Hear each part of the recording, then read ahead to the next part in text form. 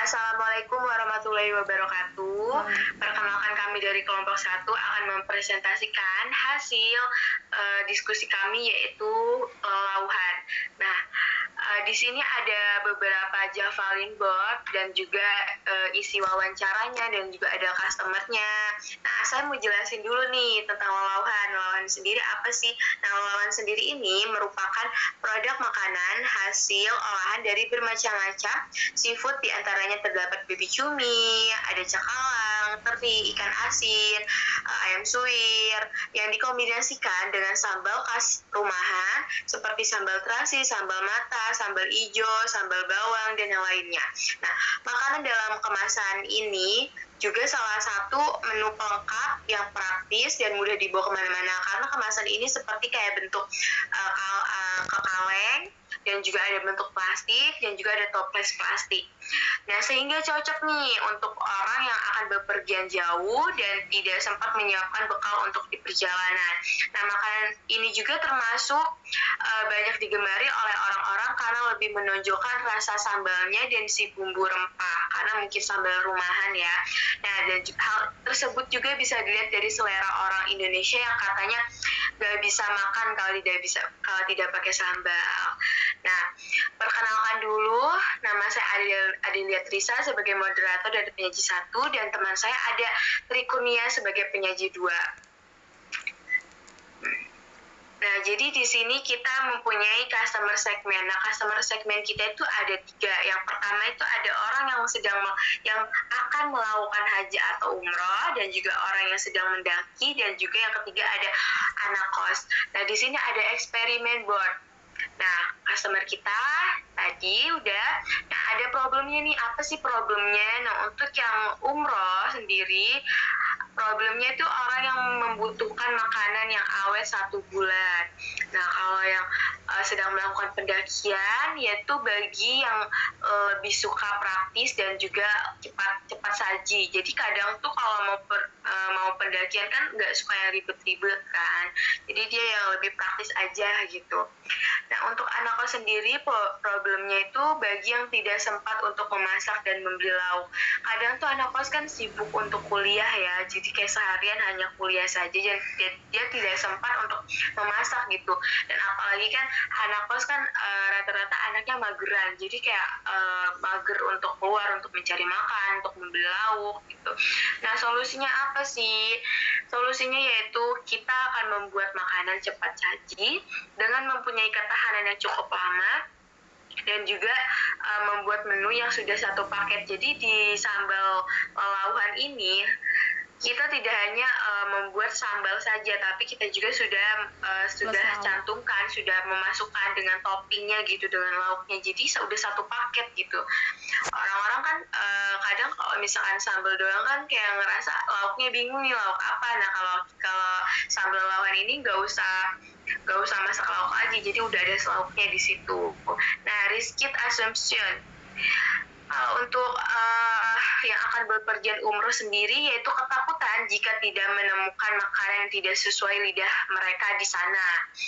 Rata-rata orang yang sedang melakukan haji atau umroh itu ketika mencari makanan di sono atau tidak makan di hotel dulu gitu kan, itu mereka mencari makanan Indo nih, tapi susah sekali gitu di sana, dan walaupun ada juga tapi tidak sesuai selera lidah mereka gitu kan.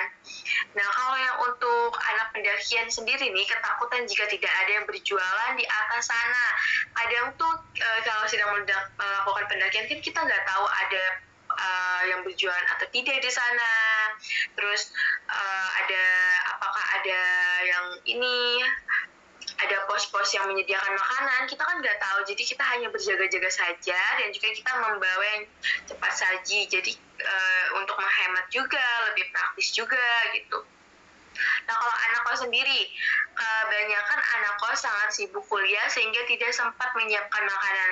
Ya sudah saya bilang tadi, karena anak kos itu kan kalau anak kos kan ada 2 sih, anak kos yang untuk kuliah atau anak kos yang kerja gitu, atau juga anak kos yang kuliah sembari kerja gitu. Apa sih, masih nggak sempat banget gitu kan menyiapkan makanan, apalagi atau lupa gitu membeli makanan di luar.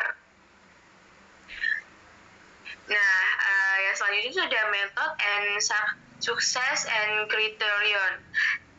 Dari yang melakukan haji ini, yang akan melakukan haji ini, 8/10 menyatakan masalah ini valid dari beberapa wawancara. Ada 8 orang dari 10 yang menyatakan ini valid.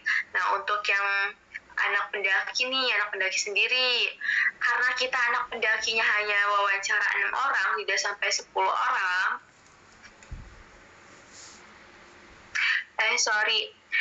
Yang 6/10 ini maksudnya ke jemaah umroh. Ya, kebalik ini. Jadi jemaah umroh ini kita hanya wawancara 6 orang. Jadi hanya wawancara 6 orang. Nah, yang menyatakan valid ini hanya 3 orang saja. Nah, kalau yang ini itu kita ada pendakian. Nah, pendakian itu ada 10. Kalau pendakian, nah ini dia. Pendakian itu 10/10 berarti. Nah, untuk pendakian sendiri itu 10/10 menyatakan kalau ini valid. Nah, ini kebalik ya, mohon maaf. Dan juga kalau untuk anak kos sendiri, ini dia menyatakan 8/10 menyatakan masalah ini valid. Nah, ini. Nah, untuk result and decisions-nya itu yang untuk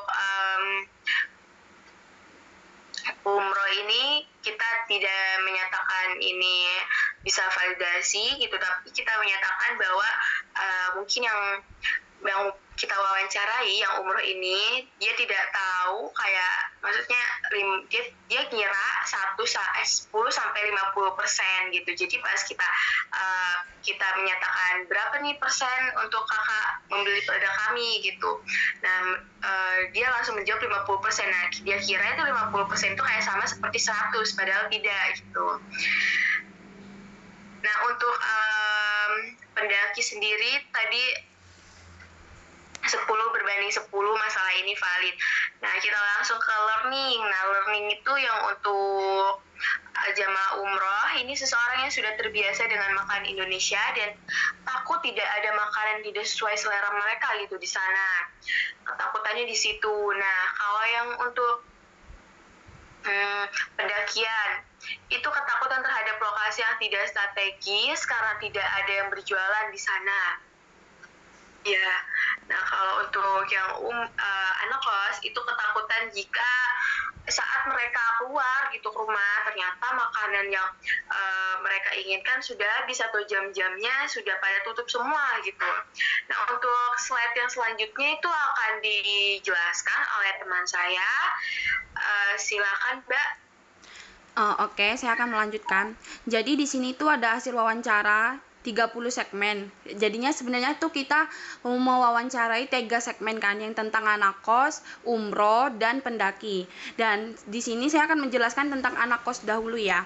Dan anak kos itu sebenarnya ada misalnya kayak di sini kan kita 10 anak kos yang kita wawancarai. Dan di sini yang pertama ada Eza, dan Eza itu menyatakan iya bahwa sambil lelawan itu sangat membantu untuk anak kos yang sangat mager memasak, karena apalagi dia maba ya, baru masuk kuliah. Jadi kayak dia ngerasa aku pengen makan yang instan aja nih. Jadi kalau misalnya yang instan kayak sambal tuh kan masih lumayan agak sehat. Kalau misalnya Indomie itu kan kayak yang gampang bikin lapar gitu. Jadi dia benar-benar kayak membutuhkan bahwa sambal ini apa ya, kayak benar-benar buat dia gitu loh. Jadi dia benar-benar membutuhkan sambal ini untuk makanan dia di kos. Dan yang kedua ada Ira, dan Ira itu menjawab iya karena dia juga seseorang yang menyukai sambal.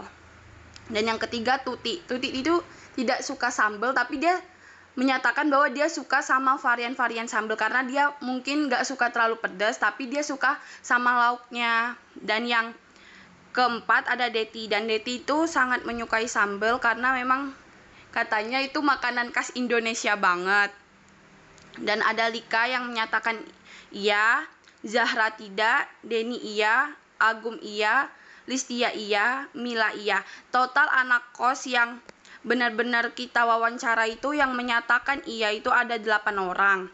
Dan sedangkan pendaki itu menyatakan iya semua karena menurut mereka mendaki itu hal yang agak rumit ya untuk orang-orang yang baru mendaki atau udah lama tapi nggak mau ribet di atas, karena kan di atas itu kita harus nyiapin kompor atau apapun gitu kan untuk masak. Nah sedangkan anak pendaki yang lain tuh pasti mikirnya aku lebih bagus bawa bekal aja deh biar nanti sampai sana tinggal makan, nggak perlu masak-masak dan ribet gitu. Dan yang selanjutnya umroh. Yang umroh itu kami cuman mewawancarai 6 orang dan 3 orang menjawab iya dan 3 orang menjawab tidak. Selanjutnya akan dilanjutkan oleh Mbak Trisa.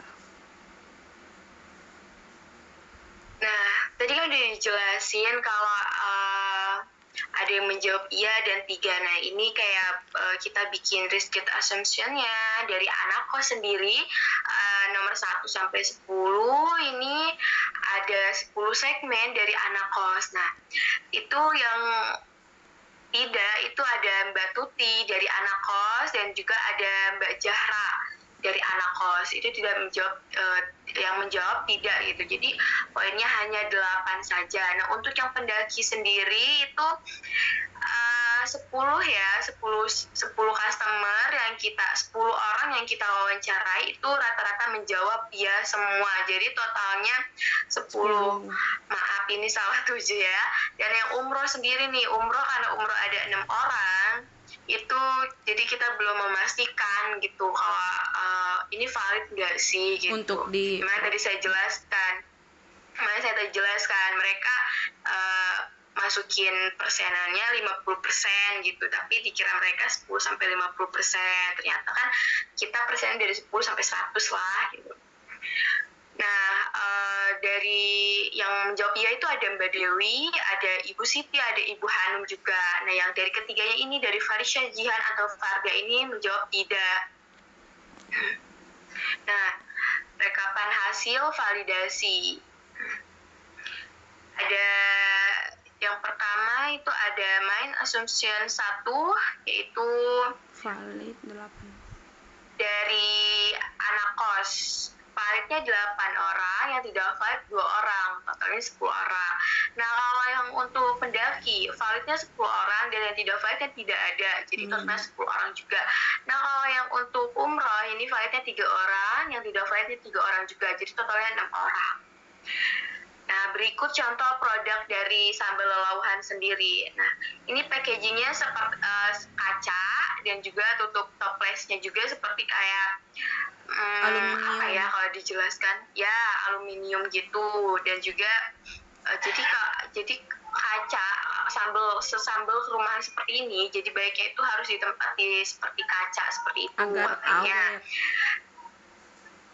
Iya, awet juga. Tapi kita juga bisa nih kalau mau ada request packaging. Kadang kan ada tuh yang dari pendaki katanya pengen request packaging plastik tapi di press Kak katanya. Bisa banget nanti kita bikinin buat yang khusus pendaki. Dan juga yang umroh katanya pengen yang kaleng kayak sarden gitu kan. Iya, itu dikasih juga packaging. Itu agar kalau disimpan di bagasi atau di koper tidak mudah pecah, karena kan kalau berangkat umroh itu kan perjalanannya lumayan lama kan di perjalanan. Jadi kalau disimpan kayak di koper atau di bagasi pasti barang-barang tuh sering dibanting-banting dan itu kayak nggak gampang pecah kalau posisinya dalam kaleng atau plastik gitu. Betul. Dan kalau anak kos sendiri sih malah lebih suka packaging yang kayak gini. Malah dia senang kalau yang kayak gitu karena ada wadahnya gitu. Tidak harus, kalau plastik kan dia harus buka dulu, harus naruh di tempat wadah yang lain gitu, lebih ribet gitu. Nah, ini salah satu brosur dari kami. Di sini ada lelauhan sejak 2022. Nah, juga ada lokasi kita, ada email kita, ada website kita, dan juga ada nomor telepon kita. Nah, di sini juga ada menu nih, ada sambal 4 varian, topping seafood, level 1 sampai 5, berisi dari 90 gram sampai 500 gram tersedianya. Selanjutnya itu ada stiker packaging kita. Nah, stiker packaging kita ini seperti kayak gini. Kalau udah apa ya, ditempelin ke udah toples. ditaruh gitu, udah ditempel di toples itu jadinya kayak seperti ini. Nah, kenapa sih kita kasih ini? Karena kan kita kan sambelnya bermacam-macam. Jadi di sini tuh kayak ada sambel merah, sambel hijau, sambel Bawang, sambal mata. terus sambel bawang juga. Dan stiker Jadi itu kayak macam-macam gitu. dan stiker itu Terus tulisan, kegunaannya untuk mengenali packaging sambal kita, mengenali produk sambal kita gitu. ya, jadi di sini juga ada kayak semacam slogo nih, yakin bisa makan tanpa sambal. Nah, slogonya kayak gitu tuh guys. Jadi ada di situ juga, di bawahnya juga ada pemesanan lewat kontak person. Di bawah ini juga ada kontak kita di situ. Nah, yang untuk slide selanjutnya itu akan dijelaskan oleh teman saya lagi ya guys. Oke, selanjutnya ini ada foto hasil apa ya, penjualan kita. Dan ini foto customer sama ownernya. Dan di sini ada Ibu Andi yang ingin mencicipi sambal buatan kita dan memesannya lewat Mbak Trisa, karena yang memegang WhatsApp dan yang lain-lainnya itu Mbak Trisa. Jadi pemesanannya lewat Mbak Trisa ya. Dan ini fotonya sama Bu Andi, dan satunya lagi Mas Catur. Dia nggak ada foto sama Mbak Trisa, tapi dia mengirimkan foto foto sama sambelnya ya, tapi masih di dalam plastik nih. Tapi ini foto hasil customer yang sudah membeli produk-produk kita. Dan di bawahnya lagi tuh selanjutnya Tris, ada Mama Bimo dan temennya Mbak Trisa nih, temennya banget kayaknya. Dan dia ngasih tester bahwa sambelnya enak banget dan dia menyesal kalau beli satu. Dan itu pertama kali dia mencicipi dan katanya enak banget. Makasih ya yang udah beli. Lewat ya, yang Mama Bimo Iya. itu yang ini, yang cewek. Mama Bimo itu yang cewek. Nah, kalau yang tes yang ini itu customer keempat kita, jadi namanya Andika. Itu teman aku, maksudnya teman aku tapi nggak deket-deket banget gitu. Tapi dia kayak, aku tawarin nih kayak, ayo dong mau beli nggak, ada sambal Iya. ini. Terus dia kayak, dia juga sama-sama penyuka sambal, jadi dia juga tertarik. Nah, pas sudah beli dia ketagihan guys. Dan ini beberapa foto itu beberapa foto hasil yang bener-bener yang beli produk kita ya. Jadi kalau yang pengen beli produk kita bisa menghubungi Mbak Trisa, soalnya semuanya dipegang sama Mbak Trisa. Sih. Karena waktunya udah lama nih ya, mohon maaf bila ada kesalahan dan juga ada salah kata dari kelompok kami. Sekian dari kelompok kami. Assalamualaikum warahmatullahi wabarakatuh. Waalaikumsalam warahmatullahi wabarakatuh.